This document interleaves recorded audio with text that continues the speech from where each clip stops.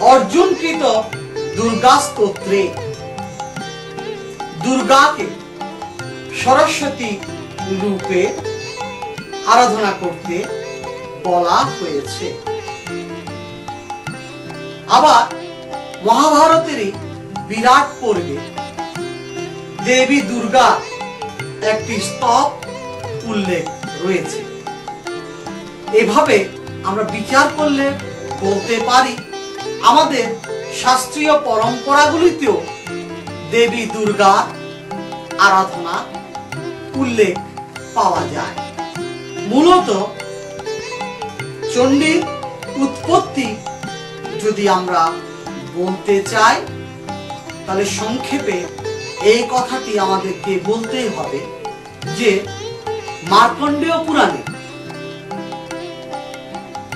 ৮১তম হতে ৯৩তম পর্ব পর্যন্ত এই ১৩টি অধ্যায়কে কেন্দ্র করে শ্রী শ্রী দেবী মাহাত্ম্য বা চণ্ডী রচিত হয়েছে। দেবী ভাগবত পুরাণের মতে পরম পুরুষ দুভাগে বিভক্ত। এক হলো তিনি সচ্চিদানন্দ, আরেকটি হলো তার পরমা শক্তি। যেমন আগুন এবং তার শক্তি, ঠিক একইভাবে পরম পুরুষ দ্বৈত শক্তিতে বিভক্ত আপাত দৃষ্টিতে মনে হলেও তারা মূলত এক এবং অভিন্ন। পরম পুরুষের এই সচ্চিদানন্দ বিগ্রহ এবং শক্তি মূলত অভেদ। তাই আমরা সাধারণত ভক্তগণকে কৃপা করবার মানসে পরম পুরুষ এভাবে এসে আমাদেরকে দয়া করেন। তার সেই দৈবিক অনুগ্রহ লাভের প্রত্যাশায় আমার আজকের এই প্রয়াস। মূলত চণ্ডী সম্পর্কে বলতে গেলে এ বিষয়ে বলা অত্যুক্তি হবে না যে মূলত দেবীর পূজা বাংলার ঘরে ঘরে এক সময়ে প্রচলিত ছিল। প্রতিটি ধনী হিন্দুর বাড়িতে একটি করে চণ্ডী মণ্ডপ থাকত এবং যার নিদর্শন এখনো পর্যন্ত দুই বাংলা গ্রামে গ্রামে পাওয়া যাবে। আমরা জানি ইতিহাস স্বীকৃত একটি তথ্য এই যে নবদ্বীপের পণ্ডিত শ্রী চৈতন্য মহাপ্রভু ধনী মুকুন্দরামের চণ্ডী মণ্ডপে তার বিখ্যাত সংস্কৃতের টোলটি চালু করেছিলেন। এটি একটি ইতিহাস স্বীকৃত বিষয়।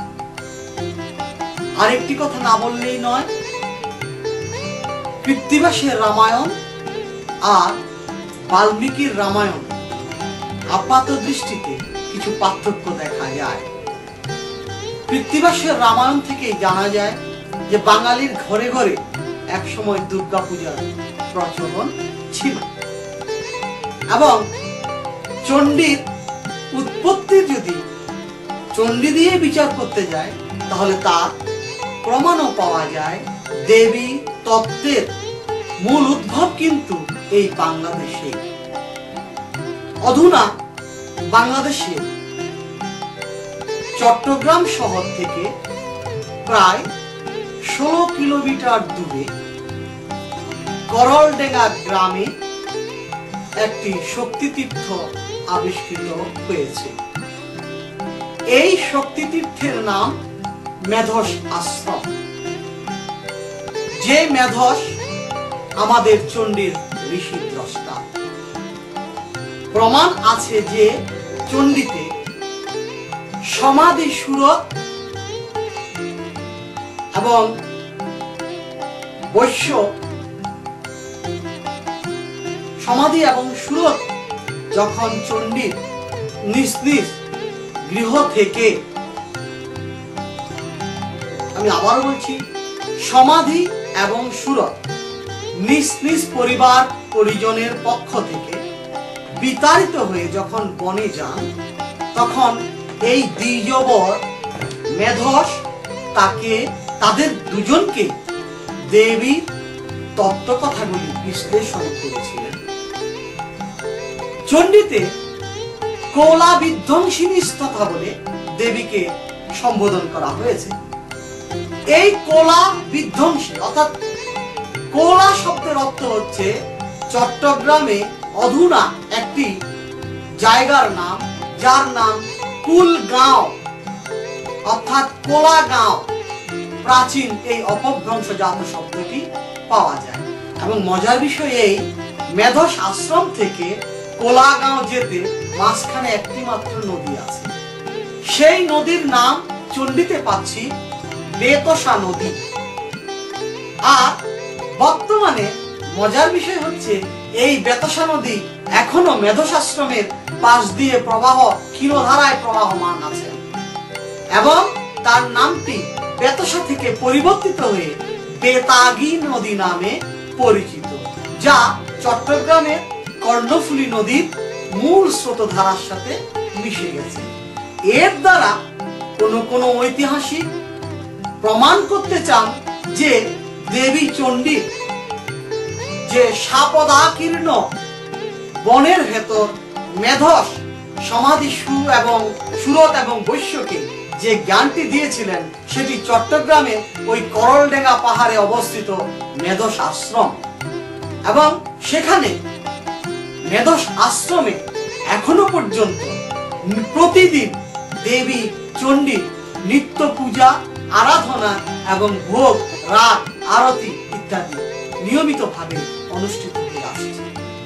এভাবেই আমরা দেখতে পাই দেবী চণ্ডী একান্তই বাঙালির নিজস্ব সম্পদ, একান্তই বাঙালির আপন প্রিয় দেবতা।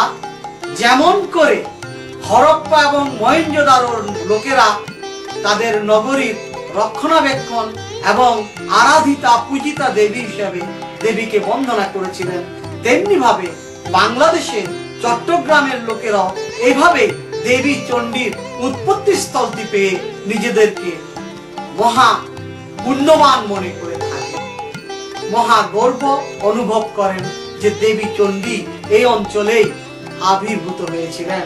এবং চণ্ডীতে আরো একটি বিষয়ের প্রমাণ পাওয়া যায়, সমাধি সুরত এবং দুজনে মিলে মুনিবর মেধসের উপদেশ ক্রমে কৃত্তুয়া মহি মহিম, মহি শব্দের অর্থ হচ্ছে মাটি, মাটির তৈরি মূর্তিতে দেবীর আরাধনা করেছিলেন। এবং এই নদী পুলিন সংস্কৃতিতে চণ্ডীর এই যে কথাটি আমরা পাই, তার দ্বারা এই নদী অবস্থান এবং সেখানকার মৃত্তিকা দ্বারা মূর্তি নির্মাণ এখনো পর্যন্ত বাংলাদেশে হয়ে থাকে। বাংলাদেশ ছাড়াও পশ্চিম বাংলায় গঙ্গার নদী থেকে মাটি তুলে দেবীর মৃন্ময়ী মূর্তি তৈরি হয়। আর বাংলাদেশের চট্টগ্রাম অঞ্চলে এখনো পর্যন্ত একটি ধর্মীয় বিশ্বাস প্রচলিত আছে যে এই বেতসা নদীর তীর থেকে তথা কর্ণফুলীর তীর থেকে মাটি না তুললে দেবীর মূর্তি তৈরি হয় না।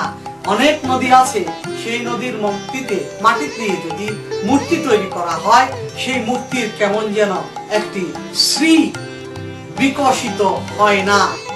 তাই পূর্ণাঙ্গ সৌন্দর্য বিকাশের জন্য কর্ণফুলী নদীর এই মৃত্তিকাকে কুমারেরা গ্রহণ করে থাকেন এখনো বাংলাদেশের চট্টগ্রাম অঞ্চলে। এভাবে আমি আপনাদেরকে দেবী চণ্ডীর উদ্ভব এবং ক্রমবিকাশ বিষয়ে সংক্ষিপ্ত কিছু ধারণা দিলাম। আমি এরপর চণ্ডীর অধ্যায়ক্রমিক কিছু বিশ্লেষণ দেব। চণ্ডী পাঠ মূলত চণ্ডী আবৃত্তি। এই আবৃত্তিতে সাধারণত 700 শ্লোক ব্যবহৃত হয়। তাই চণ্ডীর আরেক নাম চণ্ডী সপ্তশতী, অর্থাৎ 700 শ্লোকে পুরো চণ্ডী গ্রন্থনা।